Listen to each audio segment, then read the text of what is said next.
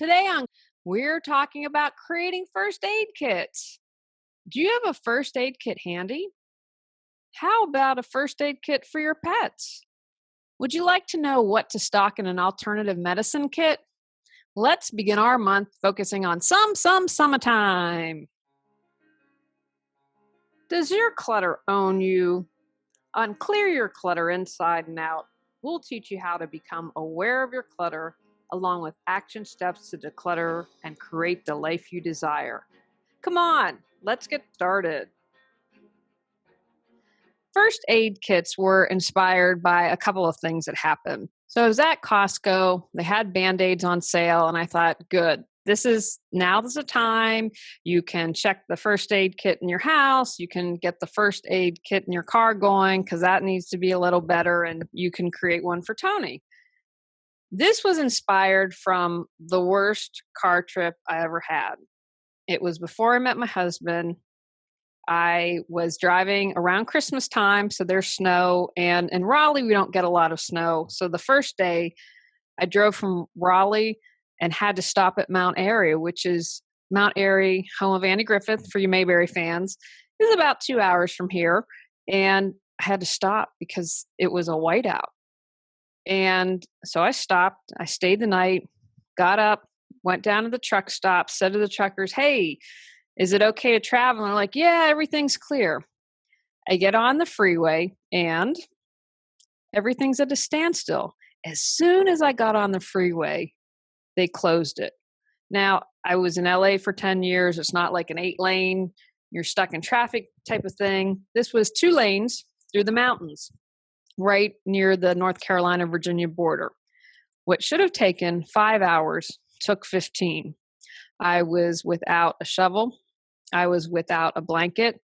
And it was the most stressful trip that I ever had. And so after that trip, I made sure that I created a little kit. God forbid that I'm ever stuck in that situation again. I'm going to be okay.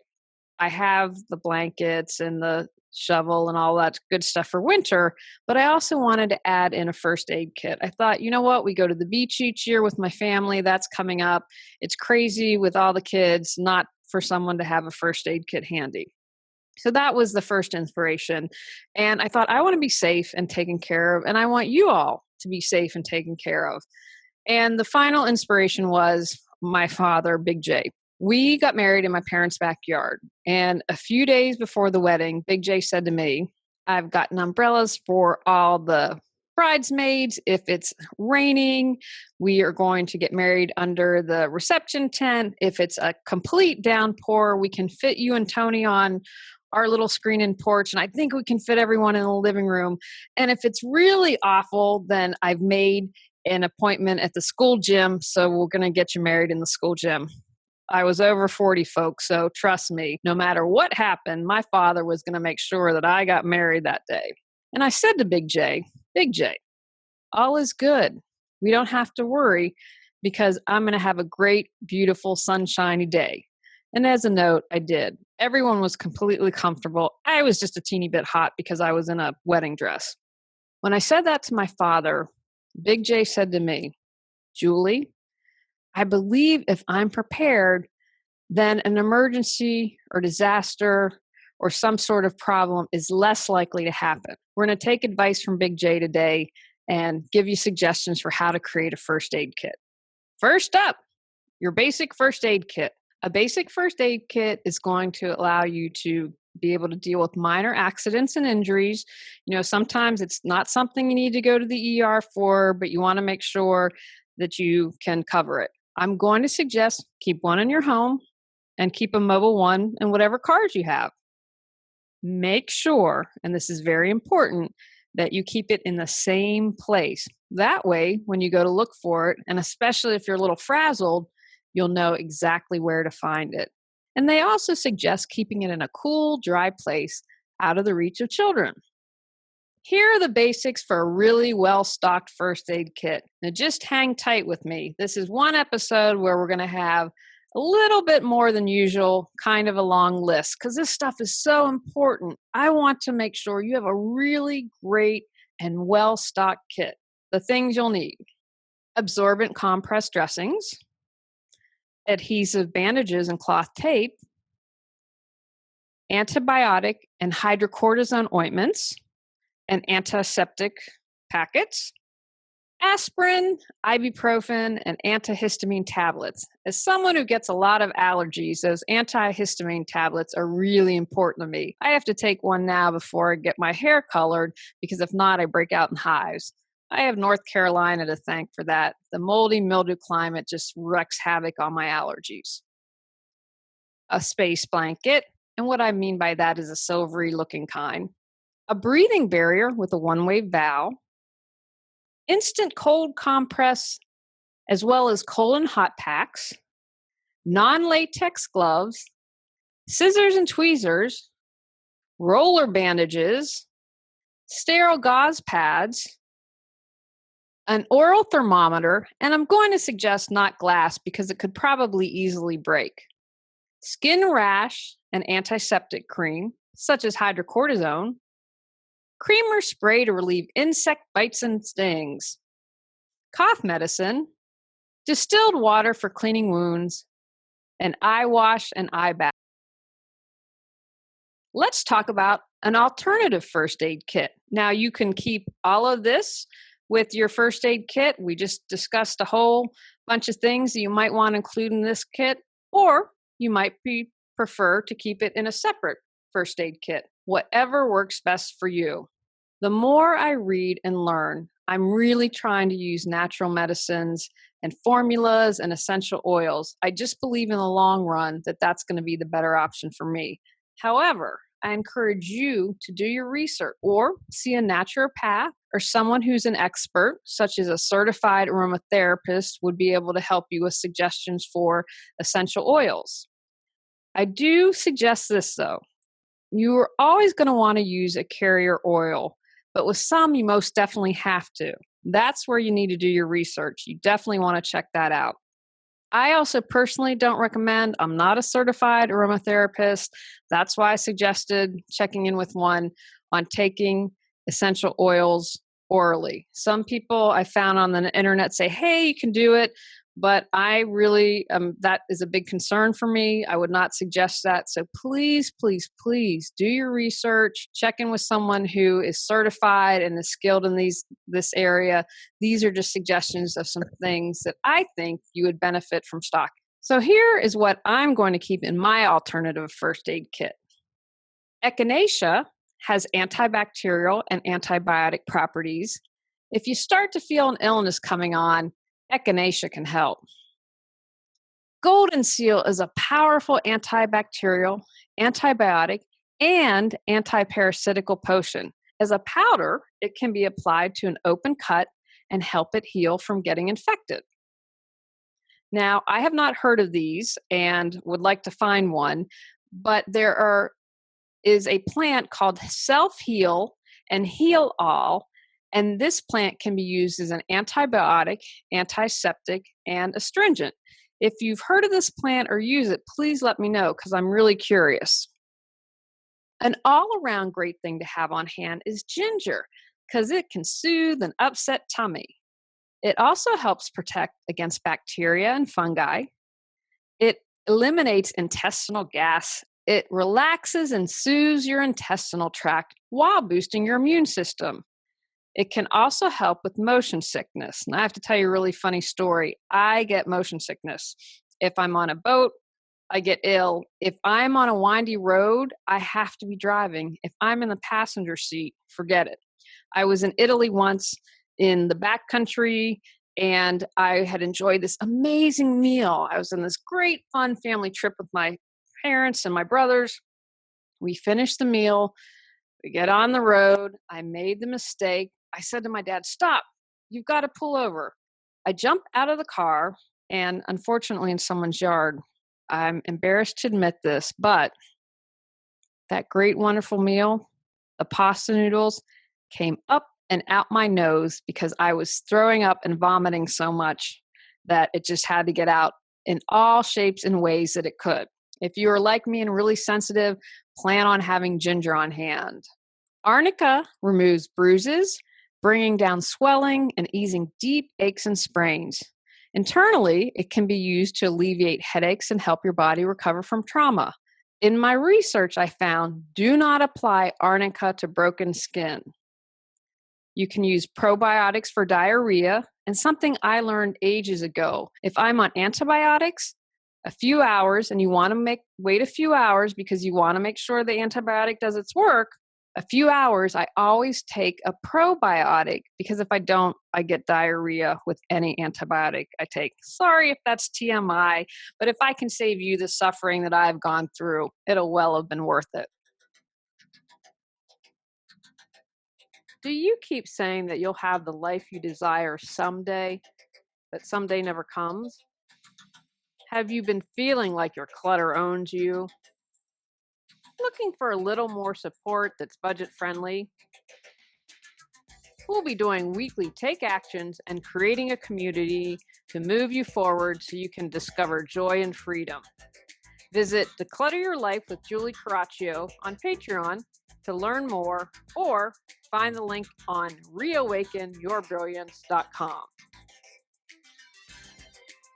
Do you find yourself getting burned in the kitchen a lot? Use aloe vera gel. It soothes the inflammation of sunburn and common kitchen burns. A calendula comfrey salve is great for cuts and abrasions. It has wound healing properties and stimulates the growth of new tissue and helps heal wounds. Chamomile teal bags are gentle enough for children. It promotes relaxation, relieves indigestion, and when applied topically, soothes irritated skin. With summer coming up, don't forget citronella-based insect repellent. Peppermint essential oil and tea bags soothe an upset tummy, clear sinuses, and curb itching from insect bites. A valerian tincture can relieve anxiety, insomnia, and tension. It's also a mild pain reliever. Witch hazel extract is useful for insect bites and skin irritations. It's also an excellent base for diluting essential oils for a variety of simple, topical herbal first aid remedies. Stop a cold or flu before it starts with elderberry capsules or liquid extract. Are you like me and struggle with poison ivy? Grindelia poison oak ivy tincture or spray, also known as gumweed, helps to relieve the pain and itching of plant rashes. It's available as a tincture and also a spray specifically for treating poison oak and poison ivy rashes. I need to buy that by the gallon. If I look at poison ivy, I'm completely covered in it. Another great all-around is lavender essential oil. It's helpful for anxiety, insomnia, headaches, wounds, and burns. Tea tree oil is antibacterial, antifungal, antiviral, can be used as an insect repellent, and is anti-inflammatory. Finally, I'm going to recommend Bach's Rescue Remedy. It's a homeopathic product that helps address stressful situations. When I was living in LA, I had a guy run a red light, T-bone me, the car was totaled.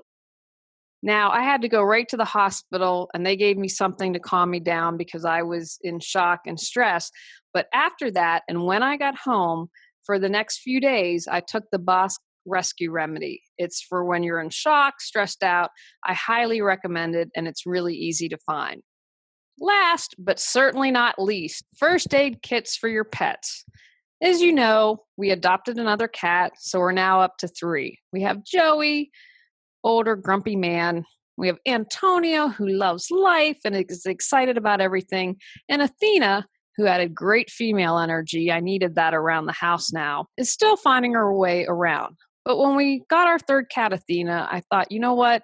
It's really time. We're really fortunate that they only have minor issues. Antonio gets seasonal allergies like I do. We had to have Athena have teeth removed, but so far no other issues. And Joey just gets an upset tummy and has kind of IBS. So we're really fortunate that they don't have anything major. But here are things I'm going to suggest for your first aid kit for your pet. Consider buying a pet first aid book. I found one that is all natural on Amazon. It's out of print, but I was able to find it, and I've been beginning to read it, and I'm really excited about that. Consider in your first aid kit keeping phone numbers, including your veterinarian, the nearest emergency veterinarian clinic, along with the address and directions, and a poison control center or hotline. The ASPCA's Poison Center hotline is 888-426-4435. Again, that's 888-426-4435. Here are some apps that you can keep on your smartphone, on your computer, on your phone that I'm going to suggest you look into. Pet First Aid by the American Red Cross. It has comprehensive emergency care information, including CPR. The Animal Poison Control Center mobile app. The ASPCA Poison Control Center offers this handy reference tool. One of the cool things that they have is the potentially poisonous plant chocolate wheel.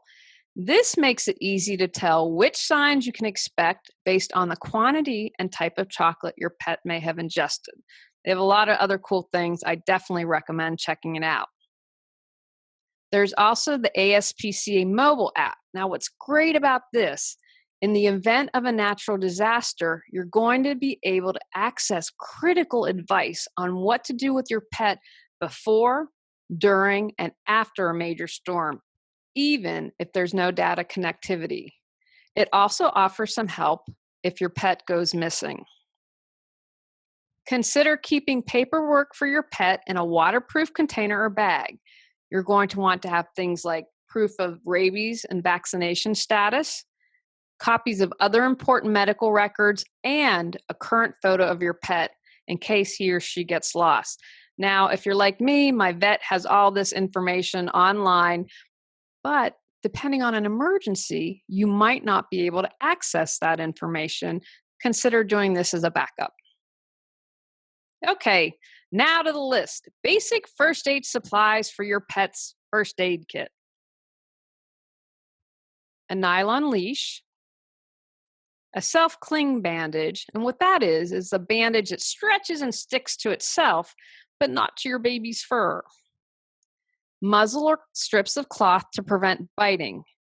Don't use this if your pet is vomiting, choking, coughing, or otherwise having difficulty breathing. Gauze and nonstick gauze pads and gauze rolls. Adhesive tape. Antiseptic wipes, lotion, powder, or spray. A foil emergency blanket. Cotton balls or swabs. An ice pack. Non-latex gloves. Petroleum jelly to lubricate a thermometer. Thus, you need a rectal thermometer. Scissors and tweezers. Sterile saline solution and hydrogen peroxide. Do you have a nervous or anxious pet? We do. You might want to consider a pillowcase to confine your pet or a thunder jacket. And finally, a pet carrier. Here are other useful items that you might want to consider depending on your pet having in your pet's first aid kit. Benadryl. If approved by a veterinarian for allergic reactions, a veterinarian must tell you the correct dosage for your pet's size. Ear cleaning solution, plastic eyedropper or syringe. Now this was a really interesting repurpose. Use an expired credit card to scrape away insect stingers. Glucose paste or corn syrup for diabetic dogs or those with low blood sugar. A flashlight.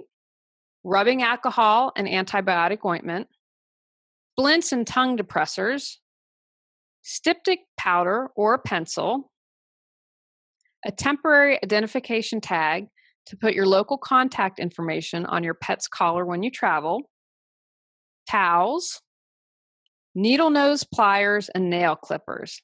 And remember Rescue Remedy that I talked about earlier that I keep in my alternative medicine kit? They also have one for pets. It's called Pet Rescue Remedy, and you can find it with regular Rescue Remedy. Also include anything your veterinarian has recommended specifically for your pet. I also wanted to share that the American Veterinarian Medical Association has a page devoted to pet food recalls and alert. Just last night, I only found this out because I was on Facebook. that BFF food, best friends forever, which I had just tried with the cats. I thought, it's grain free. Let's give it a try. It was recalled in Australia and cats were getting extremely sick. At avma.org, they have a page that lists product safety recalls and alert. That's something that you can bookmark. If you want, put in your calendar a reminder to check every so often. I'm not on Facebook as much. I just happened to see that post. But because I now know about this, I'll be able to bookmark it and make sure my cats aren't taking anything that might have been recalled. So we've gotten all these kits together. What comes next? Maintenance. It also may be useful to keep a basic first aid manual or instruction booklet with your first aid kit. Medicines should be checked regularly to make sure they are within their use-by dates, as well as flashlight batteries still are working. Include any personal items such as medications and emergency phone numbers or other items your healthcare provider may suggest. Please, for your family's safety, keep all medical supplies and medications out of the reach of children and pets. Take actions from today's podcast. Create a first aid kit for your home. Pick one place to keep the kit. Consider creating a kit for your cars as well. Set up a calendar reminder to check for expirations in a year. Create a first aid kit for your fur babies. Choose one place to stash the kit. Don't forget the reminder on your calendar to check for expirations in 6 months or a year. Consider adding alternative items to your first aid kits. On our next episode, we are talking about jealousy and how to clear that green-eyed monster clutter. Go out, clear the clutter to create the life you choose, deserve, and desire. Clearing your clutter allows you to share your gifts with the world. Get your free self-assessment to discover your clutter priority at reawakenyourbrilliance.com. If you've enjoyed Clear Your Clutter Inside and Out, please rate, review, and share us.